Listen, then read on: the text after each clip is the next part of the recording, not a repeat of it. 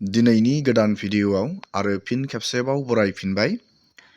PM किसान सन्मान निधि योजना स्किमनि 22थि इनस्टलमेन्ट रां सोनायनि मोनसे आपडेट लानानै फैदों नोंथांमोननि थाखाय। जाय बिथांमोना पीएम किसान सन्मान निधि योजना स्किमनि जोहै 2000 रां मोनो, नोंथांमोननि थाखाय मोनसे गोजोनथाव खौरां।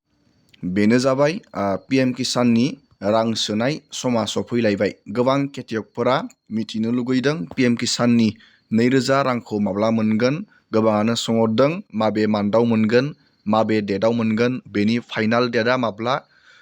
बेनिनो आं नोंथांमोननो पीएम किसाननि रां सोनाय बेनि आपडेटखौ नोंथांमोननो लानानै फैदों। नोंथाङा पीएम किसाननि रांखौ माब्ला मोनगोन? अफिसियेल आपडेट फैबाय नामा पीएम किसान रां सोनायनि?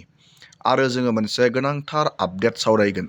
बेनो जाहैबाय नोंथांमोना फार्मार आइडिनि बागै गोबां निउस टिभिफोराव नोंथांमोना खोनादों जानो हागौ। पीएम किसाननि रां मोननो थाखाय फार्मार आइडिया गोनांथार नामा? फार्मार आइडि गैयिफोरा पीएम किसाननि एबारनि 22थि इनस्टलमेन्टनि रांखौ मोनला नामा? गोबां डाउट जादों जानो हागौ। बेनिखायनो आं नोंथांमोननो आपडेट लानानै फैदों।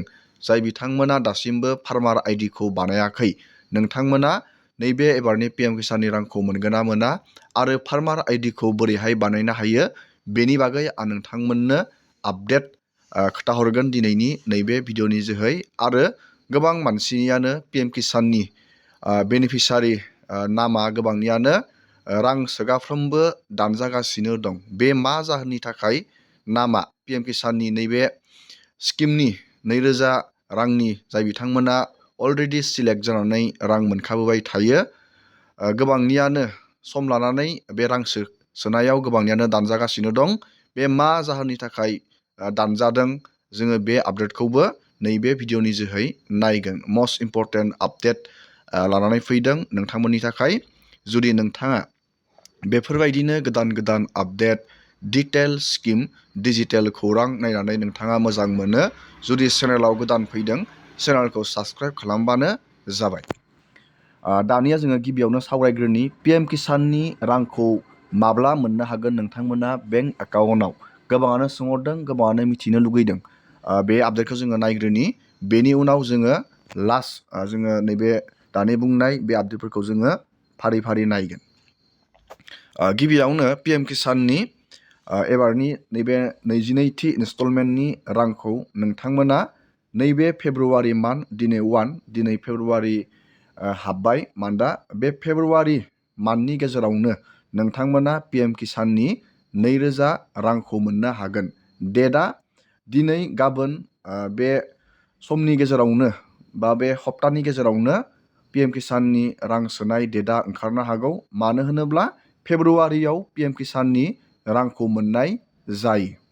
बेनिखायनो नोंथांमोना नेबानो जाबाय। पीएम किसाननि रां सोनाय अफिसियेल डेटखौ नोंथांमोना नेबानो जाबाय। दा बेनि जेबो अफिसियेल आपडेट फैथ'वाखै, नाथाय फाइनाल रां सोनायनि मान्थआ नैबे फेब्रुवारियावनो सोनाय जायो। पीएम किसाननि रांखौ फेब्रुवारियाव सोनाय जायो। मानो होनोब्ला नैबे नभेम्बरनि नैबे 19 नभेम्बराव सोनाय जादोंमोन पीएम किसाननि नैबे 21 नं इनस्टलमेन्टखौ। नोंथांमोना मान्थखौ सानबानो जाबाय। नभेम्बर, डिसेम्बर, जानुवारि, फेब्रुवारि बे पीएम किसाननि रांखौ मास मोनब्रैनि गेजेर गेजेर बे रांखौ सोनाय जायो। दानिया नोंथाङा रोखा जाबाय। बे साननैसोनि गेजेरावनो रां सोनाय फाइनाल डेटआ ओंखारनो हागौ। दानिया जोङो फार्मार आइडिखौ नांगोन नामा एबारनि पीएम किसाननि रां हाबनायाव? गोबाङानो गोनो गोथो जादों। आरो फार्मार आइडिनि खामानिया मा, जोङो बेखौ नायनि। बेखौ नोंथाङा बोरैहाय बानायनो हायो, दानिया जों बेखौ सावरायनि। दानिया आङो फार्मार आइडि, बे फार्मार आइडिखौ नोंथाङा बोरैहाय बानायनो हायो आरो पीएम किसाननि रां मोननायाव नैबे फार्मार आइडिया बोरै हेल्प खालामो, फार्मार आइडि गैयिफोरा रां मोननो हागोन ना हाया, जोङो दानिया बेनि बागै सावरायनि। नोंथांमोना नैबे फार्मार आइडिखौ गुगोलाव आसाम नैबे फार्मार रेजिस्ट्रि, बेखौ नोंथाङा गुगोलाव सार्च खालामनानै बेबायदि नोंथाङा पर्टेलाव हाबनानै बेनि डिटेल्सफोरखौ नोंथाङा नायनो हागोन। नैबेयाव नोंथाङा लिंकआव क्लिक खालामनाय लोगो लोगोनो पीएम किसाननि बेबायदि नोंथाङा पर्टेलाव फैगोन। बे नैबे पर्टेलनि जोहैनो फार्मार आइडिखौ अनलाइन एप्लाइ बानायनो हायो। नोंथाङा बेखौ मबाइल फननि जोहै एप्लाइ बानायनो हायो नामा? जोङो बेनि बागैबो सावरायगोन। दानिया पिएम किसाननि एबारनि 22थि इनस्टलमेन्ट, बे 22थि इनस्टलमेन्टआव पिएम किसाननि गोनांथिनि बागै जोङो सावरायनि। बेखौ नांथारगोन नामा? फार्मार आइडि गैयिफोरा रां मोनला नामा? गोबां नोंथांमोना खोनानो मोन्दों, नाथाय दासिमबो जेबो अफिसियेल आपडेट फैयाखै। नोंथाङा जेबो जिंगा सिथ'नाङा। फार्मार आइडि गैयाब्लाबो नोंथांमोना पिएम किसाननि रांखौ मोननो हागोन। गोबां मानसिफोरा सोंबाय थादों, गोनो गोथो जादों। बेनि थाखाय आं नैबे भिडिअखौ नोंथांमोननो लानानै फैदों, जाहाथे नोंथांमोना जेबो गोनो गोथो जाया।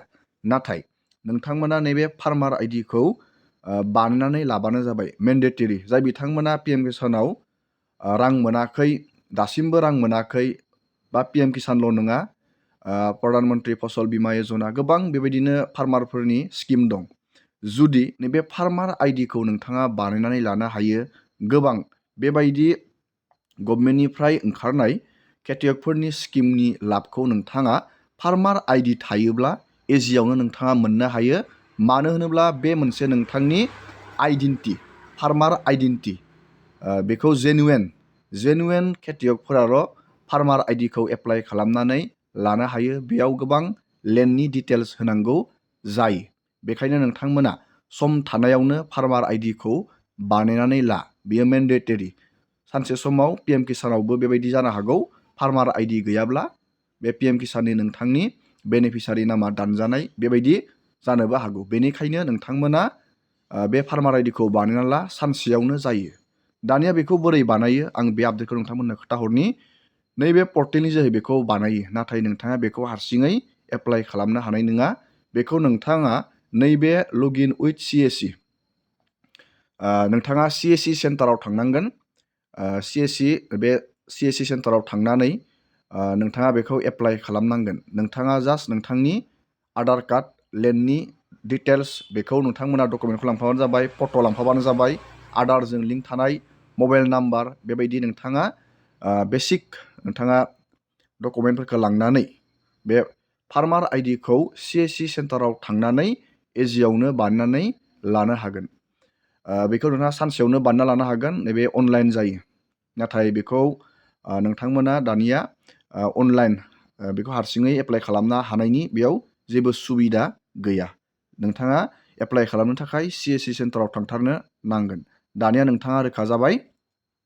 दानिया जोङो मोनसे इम्पर्टेन्ट आपडेट जोङो सावरायबावगोन। बेनो जाहैबाय, गोबाङानो सोंहरदों पिएम किसाननि रां मोनबाय थानाया अकस्मातनो बन्द जादों।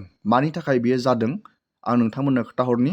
बेयो मोननै अपसननि जोहै बियो प्रब्लेम जानो हागौ। बेयाव अपसन होनानै होदों। बेयाव मोननै अपसन नोंथांमोना नैबेयाव नुनो मोन्दों, बे पर्टेलावनो नुनो मोनगोन। आं बेखौ नोंथांमोननो सिगांबो खोन्थाखांबाय।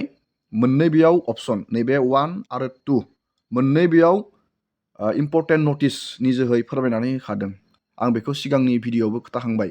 बे मोननै अपसननि बबेबा मोनसेया जुदि नोंथांनि क्राइटेरिया मिलायाखै, नोंथाङा एप्लाइ खालामनानै रां मोनबोबाय थादोंब्लाबो नैबे मोननै अपसननि बबेबा मोनसे नोंथांनि कन्डिसना मिलायाखै, नोंथांमोननि पिएम किसाननि राङा स्टप जानानै दं। बेनो जाहैबाय फार्स्टआवनो नैबे 01/02/2019 फार्मार हु एक्वायर लेन्ड अनारशिप आफ्टार। जुदि नोंथाङा नोंथांनि हानि गोदान नामखौ नैबे सननि नैबे 01/02/2019 बानायनानै नोंथाङा बे डकुमेन्टजोंनो जुदि फार्मार नैबे पिएम किसाननि फार्मारनि स्किमनि बेखौ एप्लाइ खालामदों, नोंथांमोननि बे क्राइटेरिया मिलाया, पिएम किसाननि क्राइटेरियाजों मिलाया। बेनि थाखायनो नोंथांनि बे फार्मार पिएम किसाननि स्किमनि बेनिफिसारि लिस्टआ हल्ड जानानै दं। बेखौ नोंथाङा एग्रिकालसाराव थांनानै खौरां लाबानो जाबाय, नोंथांनि डिस्ट्रिक्टनि।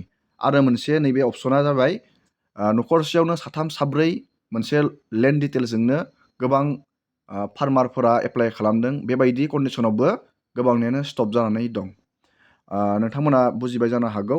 दिनैनि भिडिअखौ आङो बेखिनियावनो फोजोबबाय। जुदि माबाफोर आपडेट फैयो, भिडिअनि जायगायाव आं नोंथांमोननो आपडेट लानानै फैगोन। दिनैनि भिडिअखौ बेखिनियावनो फोजोबबाय।